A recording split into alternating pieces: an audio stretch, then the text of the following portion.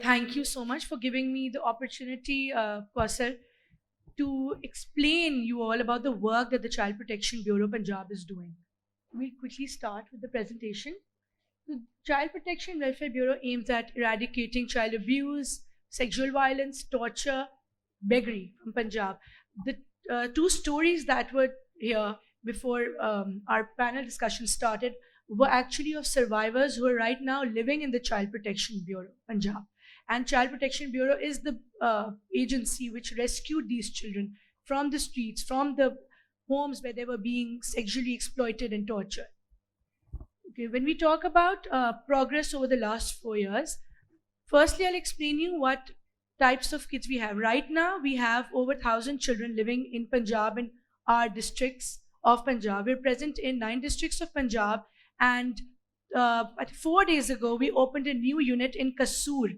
Kasur, is known as the hub of child sexual abuse and pornography. So keeping that into consideration, our priority was to open a small unit in Kasur first. And then we'll slowly be expanding all across Punjab. Back. Okay, this is progress overview of last 4 years. I talk about 4 years because I joined the Bureau 4 years ago. And this is my second tenure as chairperson. So 16,816 children have been rescued in the last 4 years. And not just rescued. We don't just provide food and shelter, but we're also providing them education.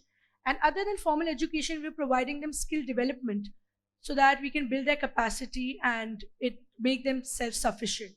So that when they leave the Bureau, they don't go back to the streets, but they go back as confident individuals who have their own source of income. Then domestic violence victims rescued were 215. This included child laborers who were working at homes, at workshops, everywhere. Then child beggars, 14,330 child beggars have been rescued and rehabilitated. Abandoned infants rescued and given in foster care, 124 in the last 4 years. So our Bureau is the only government agency which can actually provide adoptions. So a lot of people come to us who are in need for an infant, and then we provide them an infant. And we have a nursery in Lahore, so we rescue children from all across Punjab. Sometimes kids are left in hospitals. We deal a lot of, we come across illegitimate children. People have kids and they leave them in the hospitals. Sometimes when we open the gates of our Bureau in the mornings, we see abandoned infant babies. Some are born 2-3 days ago and they're left on the streets outside our Bureau. So we get them and then we give them to deserving families. This all happens through a child protection court. So this is also the only model in South Asia where there's a child protection court inside the Bureau, so that there's no delay in custody of cases related to children. Next, please. Next. This is a picture of the nursery we have in Lahore. When I was talking about infants, this is where we keep the children and then they're given to deserving families. Next. Our main function is rescuing children from the streets, child beggars, missing children. So this is a picture of that. Next. Okay, we've seen that behind child beggary, gangs are involved. Mafias are involved who place children at signals in the mornings and they pick them up in the evenings and they collect their income. When we rescue a child, in one day, around 2,000 to 3,000 rupees is like the income of one child beggar per day. So they're taken to the court and then the judge takes care of those cases and we are responsible of rehabilitating such children. So you see, with the help of Punjab police, we actually got 2-3 gangs arrested also. And as a result, we also faced threats. We get threat calls because these gangs and mafias are very strong. They sometimes have their lawyers and they go against us in High Court and they file petitions. Next. So I'm grateful to Punjab Police for all their support. Yesterday, I went to Sihala Police College and there we gave a training to 500 SHOs from all across Punjab. From Attak to Rahim Yar Khan, all SHOs were there.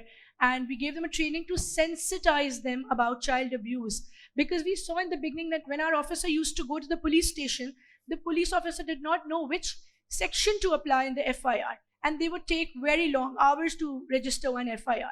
So for a speedy implementation, it's important to sensitize all stakeholders involved in this. Next, we've taken some initiatives for our children, for our 1,000+ children residing in the Bureau, of skill development, which includes nursing classes, sports classes, computer classes, beautician courses, bake shop. Our girls recently opened their own bakery inside the Bureau. Next. Next, please. Next. Murray. Okay, so since Murray is closer to Islamabad, a lot of people told us that tourists go to Murray and there are lots of child beggars there. So that actually gives a bad name to Pakistan also. So keeping that in view, we've started our rescue operations in Murray recently as well. Next. Okay.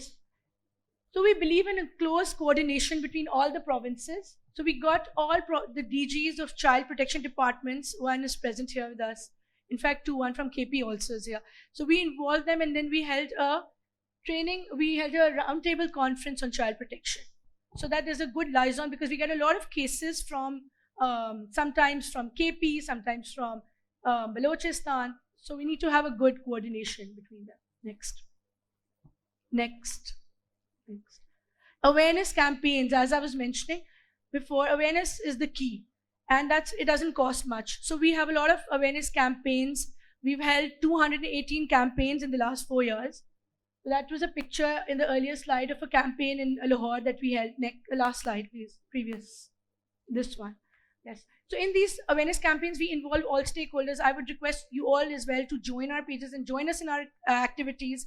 We have police and law enforcement agencies as part of these campaigns as well, and people from the civil society, NGOs like SSDO as well.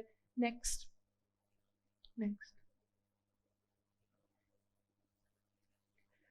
So due to our work on child sexual abuse, we were lucky enough, alhamdulillah, and this has been a big achievement, not just for Punjab, but for Pakistan, that out of 200 people nominated by the Harvard University, we were among the 7 who got an award on child sexual abuse in Rome, Italy. So I was there, I represented Pakistan, and people there were very surprised, because they said they've always heard Pakistan's name in negative things. The child sexual abuse happens, Kasoor is so badly reputed, and then all the political issues that are happening. But they said we're very surprised to know that good things are also happening, like this work of rescuing children who are subjected to abuse. Next. These are some success stories, and now I'll talk about collaboration with SSDO. Okay, I personally think no government agency or any particular department can be successful in combating such a big issue, in addressing such a huge global issue, without the help of private organizations, private NGOs like SSDO. SSDO plays a pivotal role in creating awareness and bringing all stakeholders together, just like this event. So we're grateful to them, and we intend to work with them with greater dedication regarding child trafficking and bonded labor. We already have a plan to go to the brick kilns you must have heard of, which is very common in Punjab also. The children who are part of bonded labor are exposed, and they're working there, and they're subjected to torture as well. So we plan to work with SSDO in addressing that issue. Our future plan is getting child protection policy implemented in Punjab. UNICEF's representative is here. UNICEF has helped us in devising a policy, and Punjab will be the first province to have that. And as a result, all stakeholders like the law department, like FIA, like health department, education, all are going to come under one roof to address all issues regarding children. So I hope that happens soon, and I'm trying my best to do that. An expansion in all 41 districts of Punjab, so that our presence is everywhere. Amendments in legislation, of course, our law needs amendment. And when I talk about amendments, I actually think laws are there, but issue is with implementation, and departments and all stakeholders need more seriousness to address these issues. I have seen, like, we get so many FIRs and cases regarding child sexual abuse, torture, beggary, but there are very, very few who actually get punished. So that's what the loophole is. That's where we're lacking. So we need to work together on that, and some seriousness is required. Thank you so much.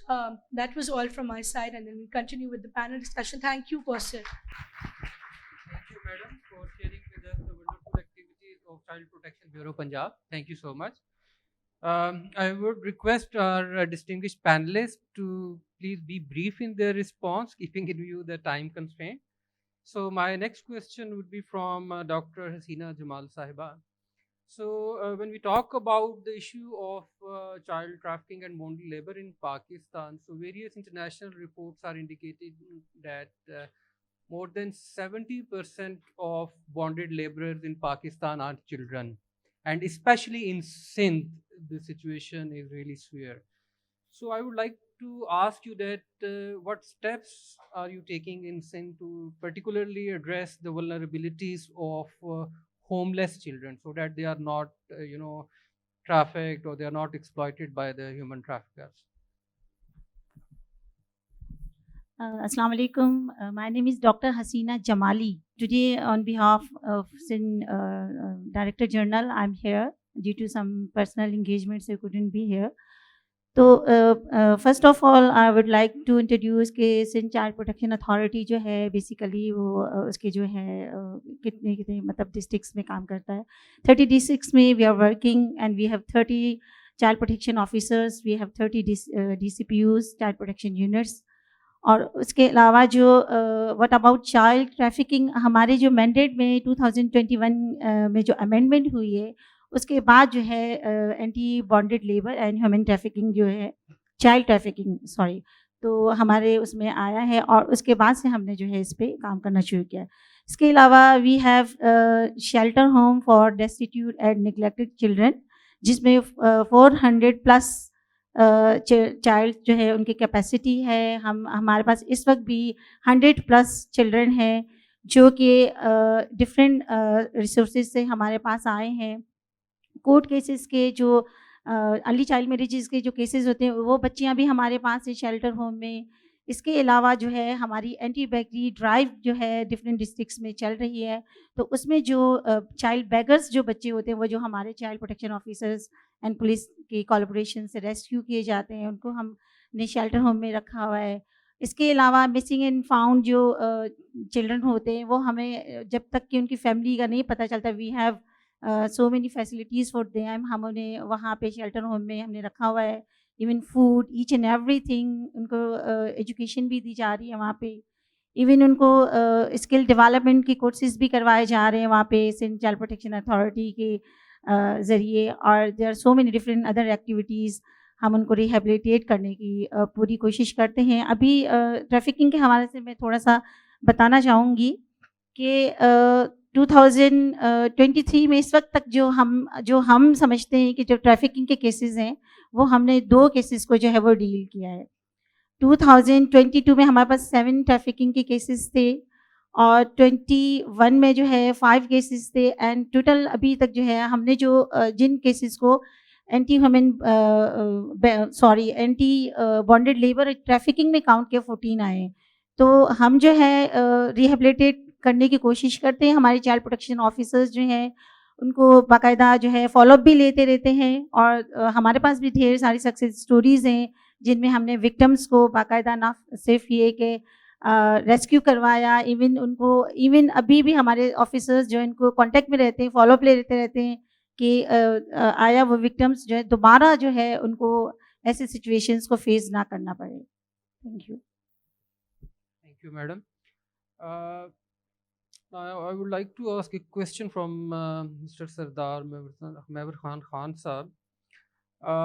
Traffickers many times, particularly traffic children because they further use them in committing various criminal activities.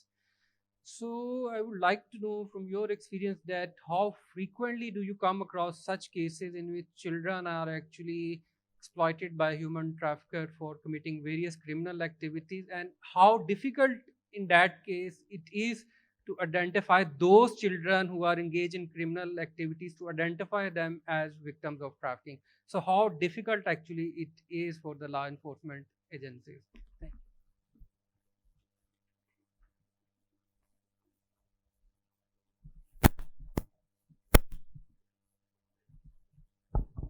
Thank you, sir. I'm Mavarhan Khan, SSP Investigation, Lahore. It's very rightly pointed out that we usually ignore this dimension the criminal dimension of child trafficking and bonded labor and all of that stuff. We have seen and we have registered so many cases there in Punjab, especially in those areas like where brick kilns, bonded labor is there, and other industries like in Balochistan. We see, when I was performing duties there, in coal mines, the children are used because they are skillful in extracting coal with their smooth, small fingers. That's very useful for that. And carpet industry, we see that's a big industry, carpet industry, and we see that its dimension, its destination country is Iran, and children are trafficked to Iran. And at multiple cases, these children are used for criminal activities and normal criminal activities. Then there is a bigger dimension of terrorism.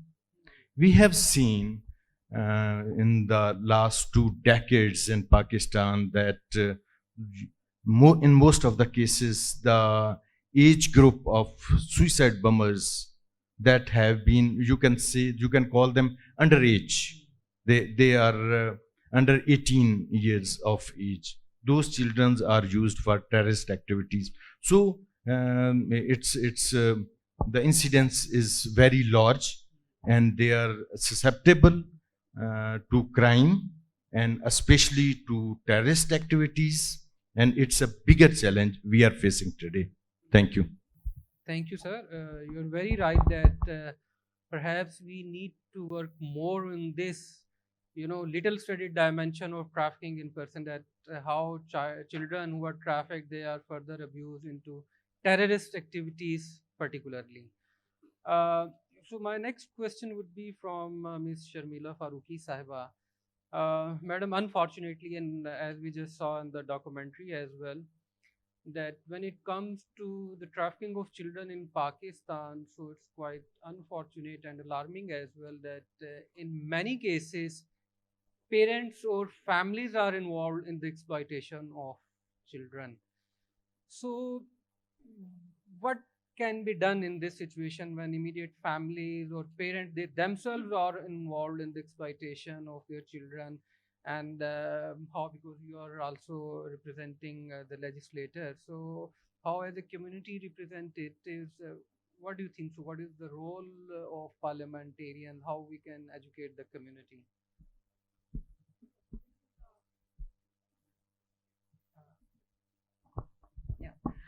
Unfortunately, this is a very painful and challenging situation for all of us. Now, when we talk about families being involved in trafficking their own children or putting them into bonded labor, that again stems from the fact that we live in a country where there are people living in poverty, where there are cultural factors involved. There's surging inflation, there's economic instability, and there's lack of education. Primary and foremost, unfortunately, there are parents and families who are forced to send their children into labor, whether it's agriculture, whether it's domestic servitude. A lot of people put their children into agriculture, and those who want more money, they send their children to urban centers to work in factories. Now again, collecting data for such children again is a challenge because a lot of cases are not reported. We cannot go into each and every household to check whether the parents are forcing the children into bonded labor or not. But what we can do is we can make social safety programs, support and identify those poorest of poor localities. And I'm not talking about just rural areas, I'm talking about urban centers. The city where I live, Karachi, that itself has 1.5 million homeless children.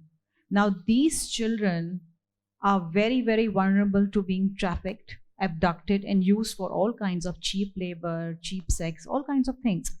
And unfortunately, there is a demand for this. We have cultural issues where it is considered, well, if there's a family of 6 and 7 people, and there are children there, how do you feed them? So children need to work too. Then we do not have access to good quality education. And even if we do, the schools are far flung. And then compounding this unfortunate fact is that we have natural disasters. We had COVID, which plunged many households further into poverty. Then we had the floods, the recent floods, thanks to climate change, unfortunately. And it just swept away houses, farms, animals, everything. So many livelihoods were lost. इसके अलावा भी अगर holistically भी अगर हम देखें, so again, as per surveys, 3.3 million people are in bonded labor in Pakistan. And as you said, and as the speakers earlier on said, 70% are children, because they're easy to abduct, easy to traffic, and easy to put into labor. Ab unfortunately, Pakistan ko agar aap le to, as per the global survey, Pakistan ranks 8 out of 167 countries with prevalence to bonded and forced labor, which is again unfortunate. Lekin there is always a silver lining. Pakistan recently in November 22, ratified the United Nations TIP protocol by, establishing the National Coordination Committee. इसमें बहुत सारे departments को involve होना पड़ेगा, बहुत सारे sectors को involve होना पड़ेगा. Unfortunately, there is donor fatigue. Pakistan itself is a country which borrows. So how do you, poverty elevation कैसे करेंगे? How do you give them houses?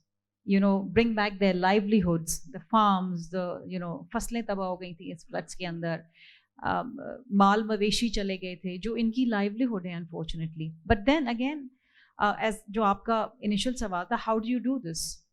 We have to identify offenders, वो लोग जो इनको recruit करते हैं, और उसके लिए हमारी एजेंसीज का बहुत इंपॉर्टेंट रोल आ जाता है, स्पेशली FIA, क्योंकि वो लीडिंग एजेंसी है जो उस पर काम करती है, again, and different departments. And one thing that is very, very important is we need to collect data on this from different provincial governments. एक national hotline होनी चाहिए जिसके अंदर आप रेफर करें कि जी ये ट्रैफिकर अगर ऑफेंडर यहाँ पकड़ा गया है, so maybe he has a network all around.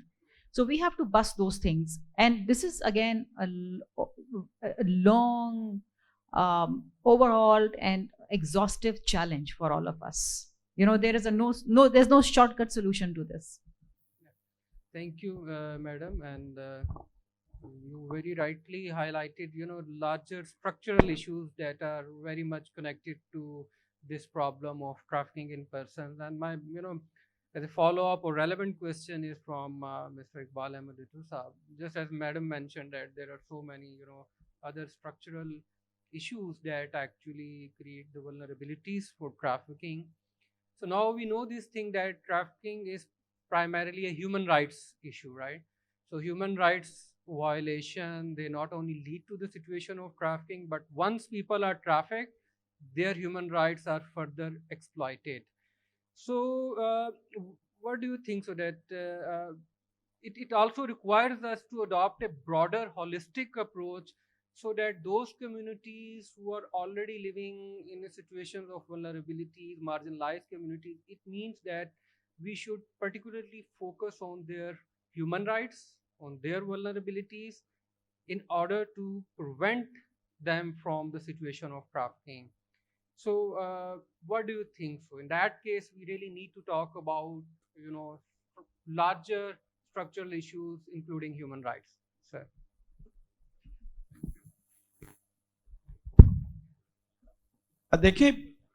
First of all, we had to understand that when we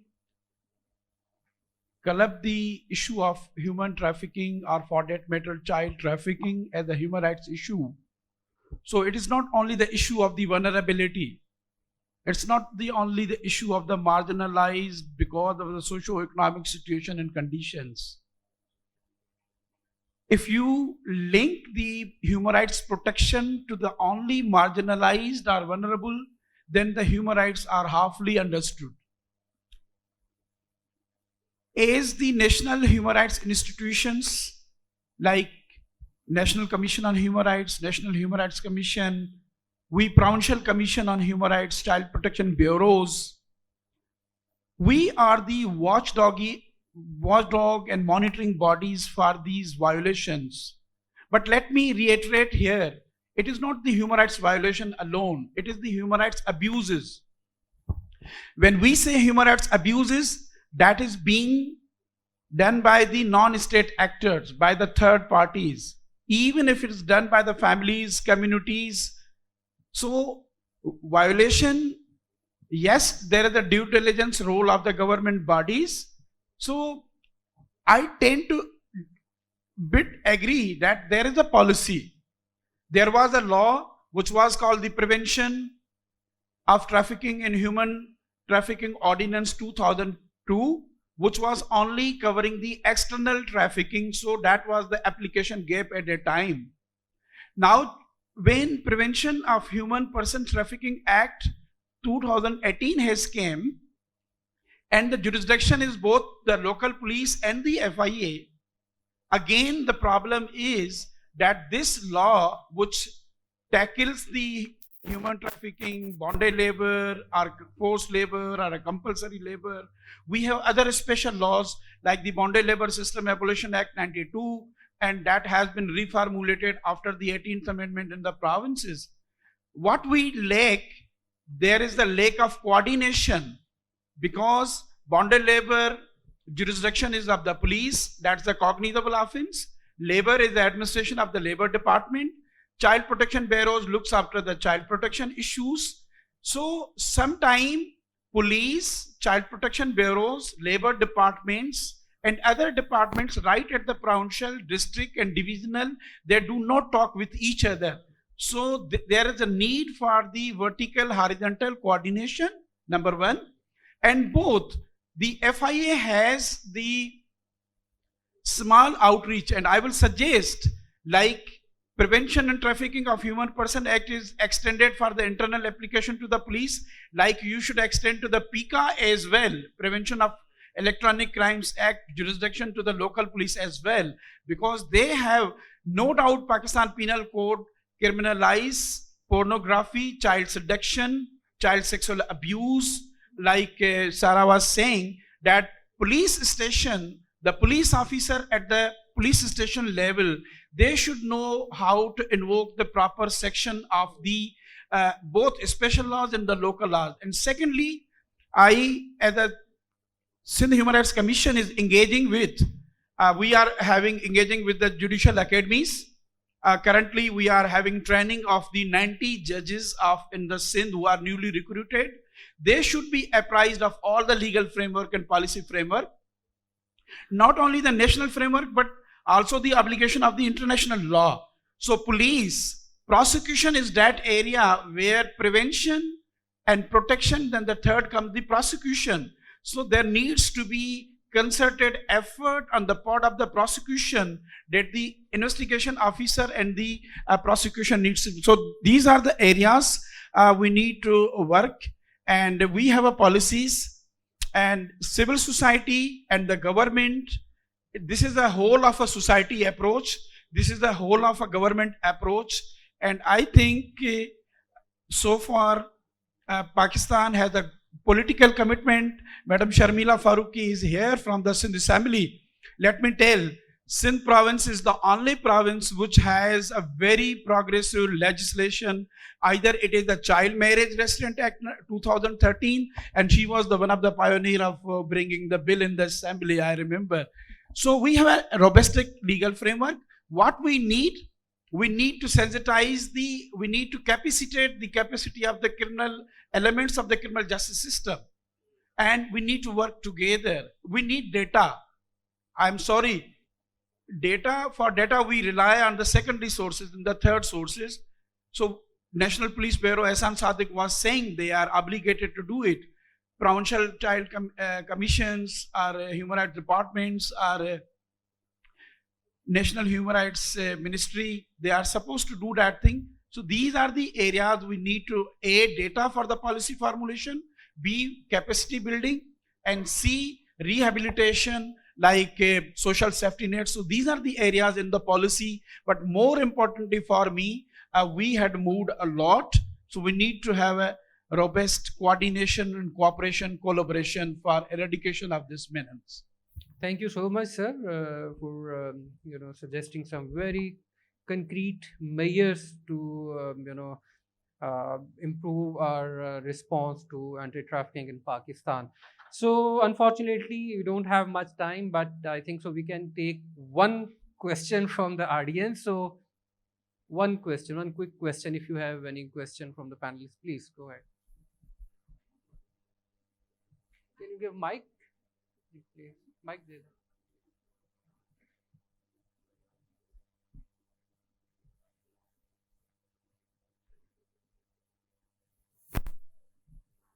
Thank you so for this amazing discussion. My question is basically for the Punjab Child Protection Bureau.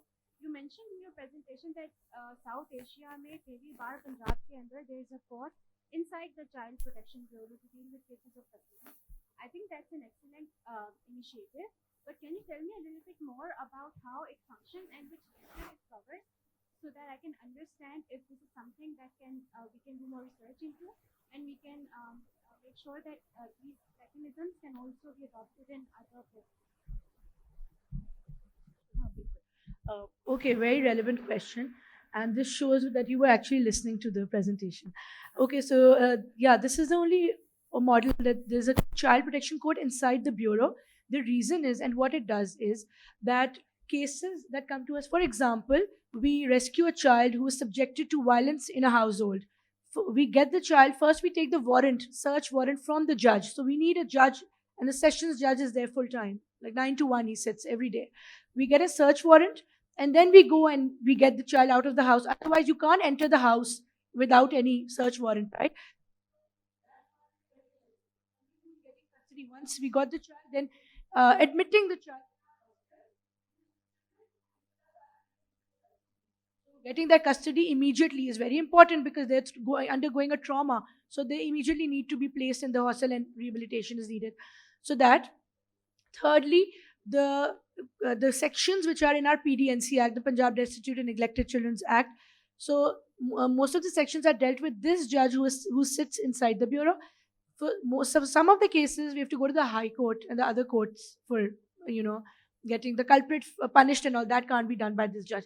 But in particular, he deals with the custody and, as I mentioned, the adoptions and the providing temporary custody to the parents who come who need children.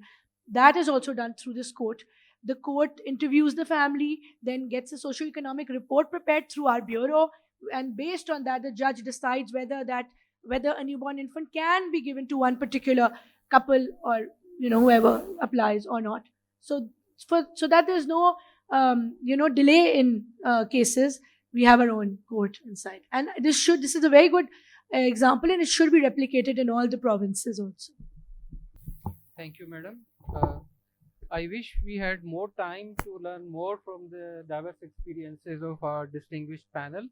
But at the end, I would like to thank you all for being here and sharing your insights and your experiences with the participants.